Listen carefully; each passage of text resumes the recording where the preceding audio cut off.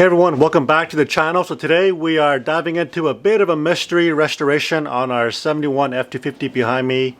The previous owner had deleted all the heating system. So we're gonna try and do our best to put it all back together. So if you have a similar project like this and you want to see how this thing gets all put together, well, hopefully this video will be helpful for you. So without further ado, let's get started. So you can see the two holes right there. That's where the in and out of the heating core comes out from the firewall. And of course there are some hoses that goes through here, and you can see all of that is missing. You can also kind of see there's kind of a spider web of cooling lines here. So we're going to sort all this out here in a bit. Let's go take a look inside the truck. Okay, the actual heating box itself was not missing. It was there. And the motor itself is actually good. I just happened to pull it out to clean up the rust and to just kind of give a fresh look. And I ended up painting it, and I'll show you guys that in just a little bit. What I want to really point out to you guys, the actual, taking the actual heater box out is really straightforward. It's only 3 bolts, and we'll go through that when we install this thing. One thing I do want to mention though is when you pull this heater box out, you have these 2 cables, and these 2 cables are for your off, heat, and defrost setting. And what I did is I put some tape right here to get a reference for where I need to put this back on the heater box when I install this thing. I also lubricated the actual cables itself in here. I sprayed WD-40 inside this little sheathing. There's a cable right here, and then you got this cover. So I sprayed through here, and then I actuated this lever several times to get the fluid flowing through, and now that lever and the cable is moving freely and easily. And the one thing I also want to note here, if you guys would take out your glove box compartment, you have a better view of what's actually behind the heating element, or the heater box, and that's where your heater core sits, behind this glove box. If you take that out, it'll give you much better access of what's going on back here. So you'll see that this is going to be helpful when we go install this thing. So what I have for you here is a layout of all the parts that you're going to need to do this project. Just for reference, this is maybe like a 2 out of a 10 project. It's really not that difficult. If you have all the parts, hopefully you do. This is what you need. You need the actual heater box assembly and all of that. Obviously a working motor, a new heater core.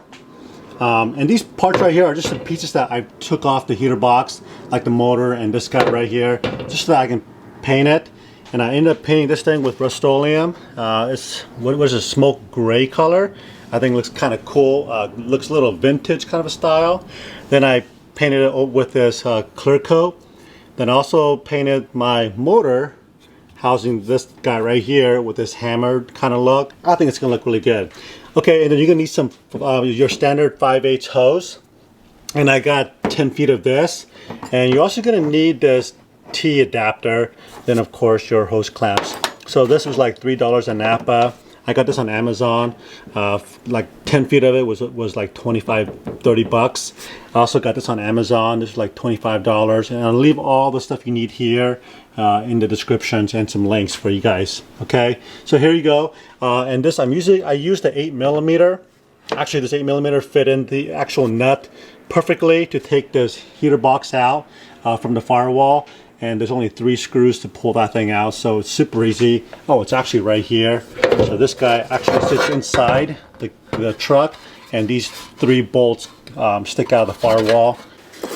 All right, so just comparing the old heater core and new heating core, it looks really, really close. The only thing I see that's a little bit different is that this right here, the fins is a little bit wider than the new one. So you can kind of see the old one here kind of fits in here almost perfectly. Right in the slot right here. Hope you guys can kind of see it on an angle. And there's really no movement at all. Okay, and then if I put the new one in here, it fits pretty good, but there's just a little more wiggle room, as you guys can kind of see right there. Right? Let me try the other way. Nope, this really does go in one way. So hopefully that won't be a problem.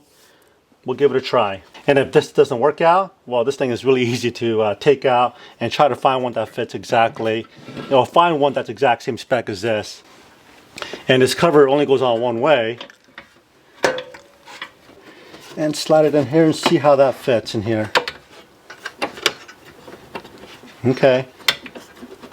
Well, I don't know. Let's give that a go. And then I kept all the original screws here. Alright, and then if you want to test your fan, I got a spare battery here. You can just connect it to a 12 volt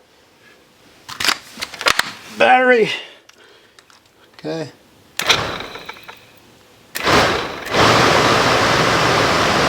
Oh, that thing blows plenty. Okay, so you also want to note that the motor housing is kind of weird, funky shape. You can see there's only like maybe 1.5 inches from the motor to the outside of this shield. Then on this side you got like 2 inches. Okay, so you can kind of see that hopefully. You can put this on kind of a weird way, so make sure that this piece goes on this side right here, kind of like this. That way that this metal plate here sits flush against this curved part. Otherwise it's going to be a little awkward looking.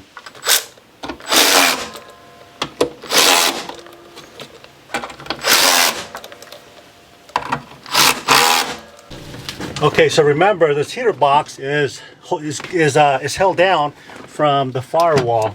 Okay, so obviously it kind of goes in one way only. Let's go ahead and connect the wire harness back here, and goes in.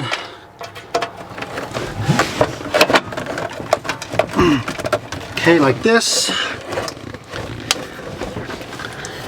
This is your power switch to your motor, and the other one goes on the ground. Oh, actually I need to ground this thing. This gets grounded on here, so I forgot about that, so give me a second here. Okay, I got the ground on there. I should probably scrape the paint off there, but I'm hoping that the screw in between these two plates is going to be enough to make this thing work. Okay, so what I found to work the best is, so first of all, you have 2 different cables coming from underneath your dashboard, right? You got a long one and a short one. Basically, the long one goes on the passenger side. And what I found to make this thing work the best, after a couple of attempts here, is, okay, so there's 2 actuators, one here and the one right here. So take the long one that goes on the passenger side, go ahead and slide that little hook over that pin. Okay, and to get it kind of into place. Then on your dashboard, set the dashboard all the way to defrost, and that's going to extend this cable all the way out, and that should basically, this lever should bottom out to the very bottom. Okay, and just kind of hold it like right here, then run your lever on the dashboard, defrost back to heat, and cycle it all the way through. Make sure it's coming up all the way, and it does. So once you determine that, once you're happy with that, lock it down right there with this little doohickey. I'm not even sure what you guys call this thing.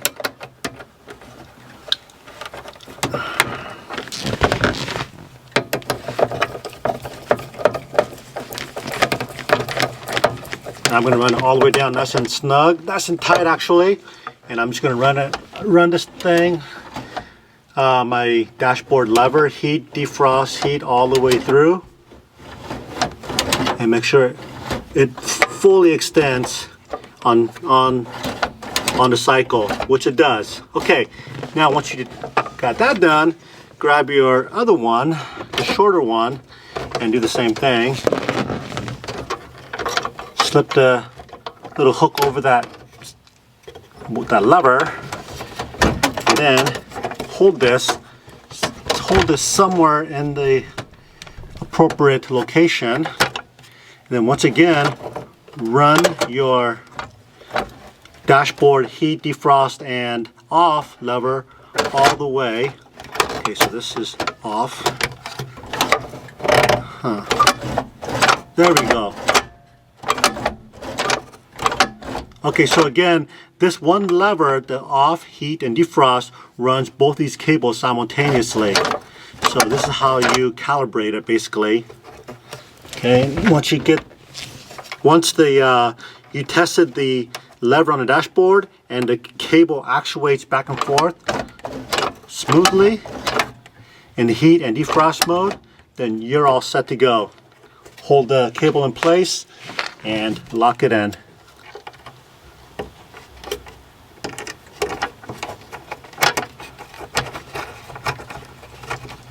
Okay, there we go. Okay. Alright, and then last test, run your dashboard actuator again. Turn the key on and then turn on the fan. Okay,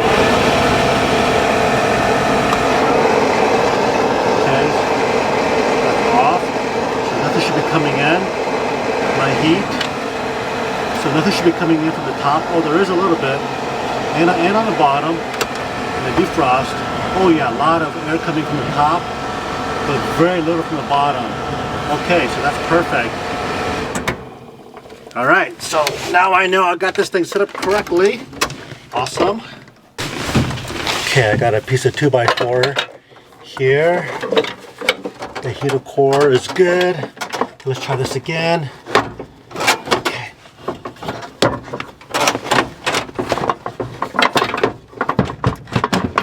Okay.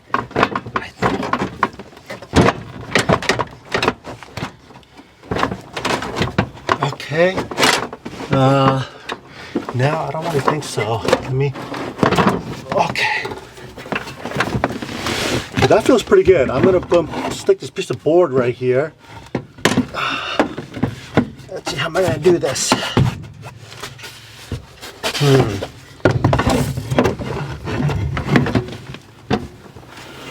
Okay, hold it right. Ah, yay. Hi, sauce.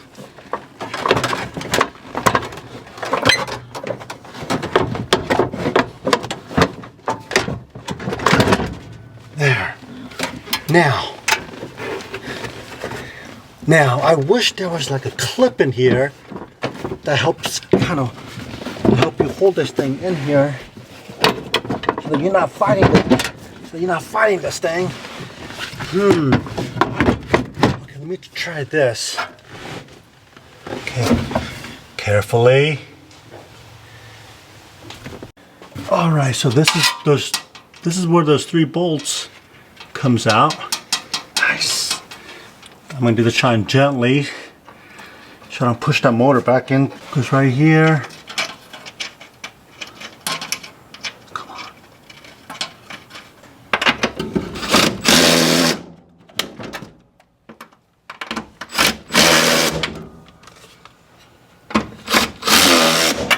And then these little rubber things came off the old heater core, so I'm gonna go ahead and use this because you guys can see there's a little bit of air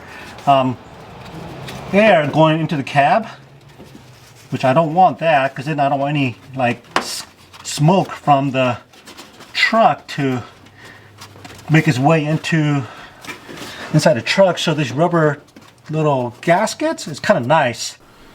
All right, so now we're coming to the fun part of routing coolant line from the heater core out to your engine. So basically we need 2 things. We need one line to come into the water pump, and the other line is going to come right into this block right here, just in front of the thermostat housing. There's an adapter right here.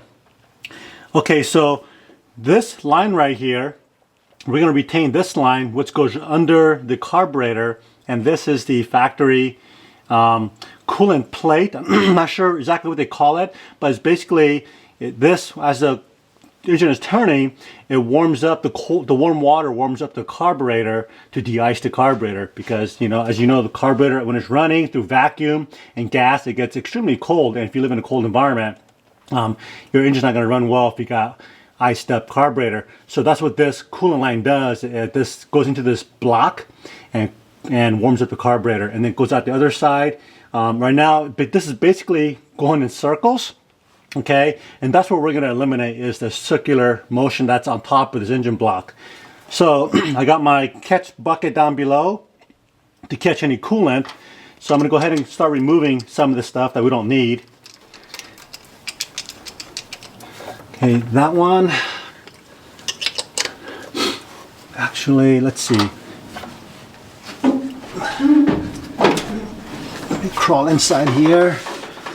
There's a bunch of lines here that we don't need pretty much any of this stuff here, honestly. There's a line back here behind the carburetor. It comes off the back side of this coolant, this plate I was just talking to you guys about. It's an interesting setup that they did. And I think they had the same idea too. They wanted to keep retain the factory, you know, spec. Let me grab a screwdriver. Oh yeah, there's some coolant coming out of there. Okay, the other one is right here. Your intake manifold. Oh, okay, there you go. Yeah, we're gonna lose some right there, which is fine. That's expected. Okay, and the other one comes right here. Then we're gonna probably lose some right here as well. Okay, there we go.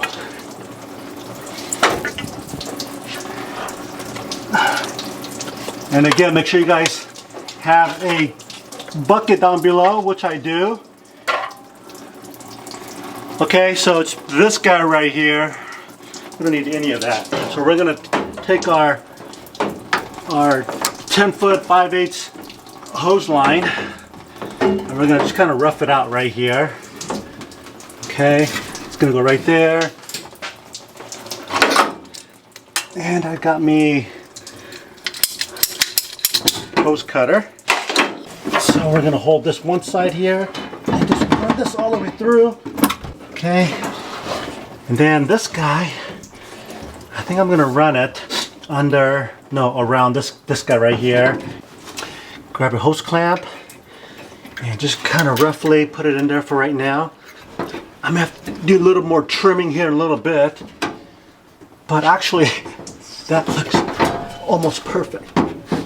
That's probably good enough. And there's a little strap right here that's connected to the fender well, and that's where this hose is going to go, right there. And then get your other hose clamp ready.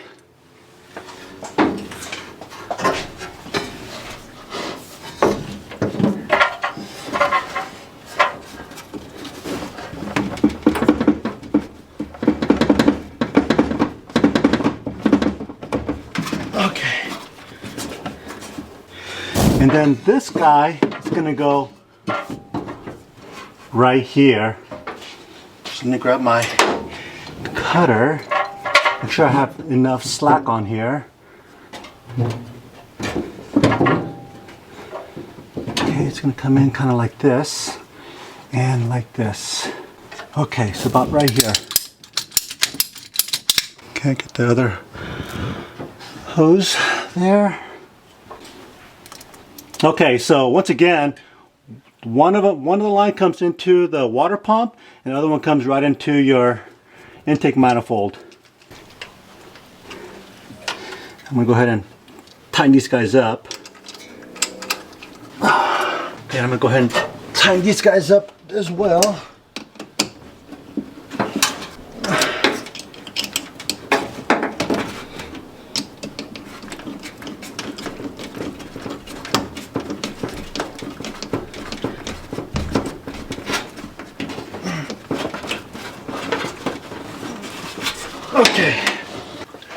Okay, hose clamp.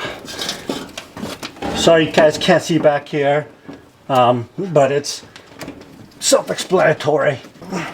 Okay, let me get in the truck. Literally in the truck.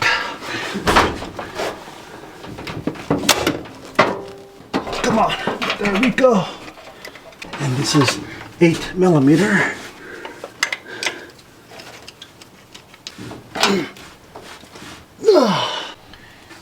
Alright, so according to this online drawing here, let me help you guys out here. And I will leave this diagram down below, a link to this diagram that shows you where the hose goes. That's why I make it sound like I know what I'm doing, but I really don't. I just got this nice diagram to help me get through this process. Okay, so it's my understanding, based on the drawing, is that this fitting that comes off the intake manifold, the water goes through here towards the carburetor, okay, and the other end, it comes this way into your heater core. And so that's where we're gonna hook up this guy, this little adapter kit. It looks like this. So we're gonna fit this guy somewhere right here. Let me take it apart. Okay, hooks up like this, and this hooks up to this cable right here. So when you engage the lever on inside, this opens and closes the valve that's inside of here. So it's pretty straightforward. So something like that. So as the coolant goes this way, so when you turn the heater on, it's going to open this valve. It's going to go through here, circulate inside the heater core, and then come back out this way into your water pump. Then it kind of repeats the whole process again. But this part right here, the hose, the coolant that goes under the carburetor, comes out over here, and then it'll feed into the bottom hose. That's where we're going to put this guy right here somewhere, and that's where it's going to go back into the water pump. Okay, so I think what makes the most sense is have this guy tee into this bottom hose, kind of like that. Okay, so I got a mark right here.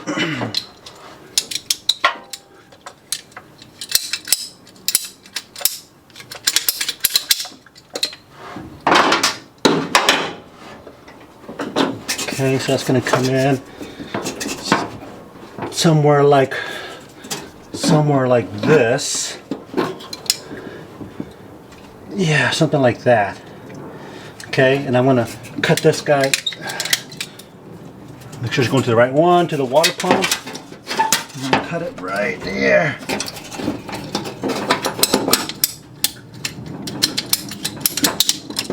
Okay, and get your hose clamps ready.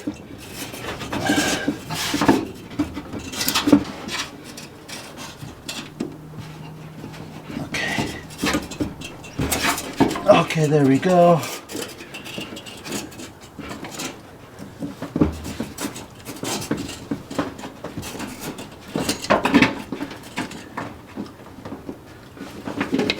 Okay, so I need to get some more hose clamps. So that's basically what you want to do. Okay, there. So you want this lever to be facing all the way towards the firewall.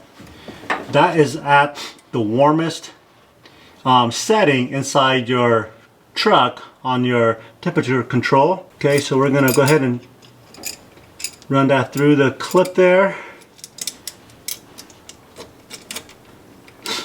And we're gonna fasten her down right here. Okay. So I think about right here.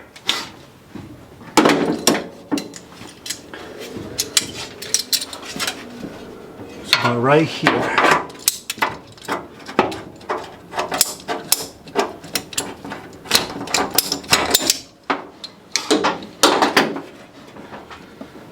Okay, one end goes there, other end goes through here, and of course you need to put in a hose clamp. Right. Okay, so now as I run the lever,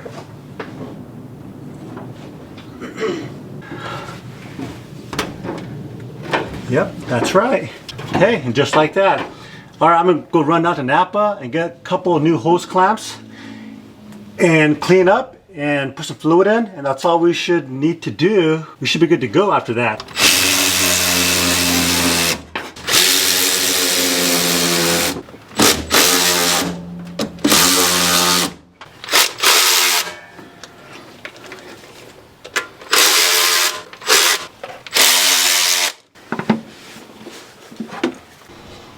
Okay, so I got everything buttoned up, cleaned up, and this is basically what it looks like now. Okay, we got those two hoses coming off the heater core, my on and off switch right there. That one's going to my intake manifold, and my other one is going into my water pump. Alright, so let's take it for a test drive and see what the heat feels like. All right, so we took it for a little drive and we're at about 178, almost 180 degrees. You guys can tell right here, that's our thermostat. So we got the heat down to about in the middle. We got the heat on and the warmest setting possible. Okay, let's go ahead and check the temperature now. Look at that, 120, 22. Woo! Toasty. Look at that. Let me turn it all the way up here. Woo, 134. 140. Alright, so there you go. Alright guys, hope you guys enjoyed the video and found this to be helpful. I learned a lot and it's a lot easier than I expected. And if you have any thoughts or questions, leave it down below and I will get back to you guys on your questions. So if you guys did like the video, love it if you guys would smash that like button and consider subscribing. My channel is growing and any little help would be super appreciated as it helps me and also the YouTube algorithm to share this knowledge with everybody else. So until next time, we'll see you guys in the next video.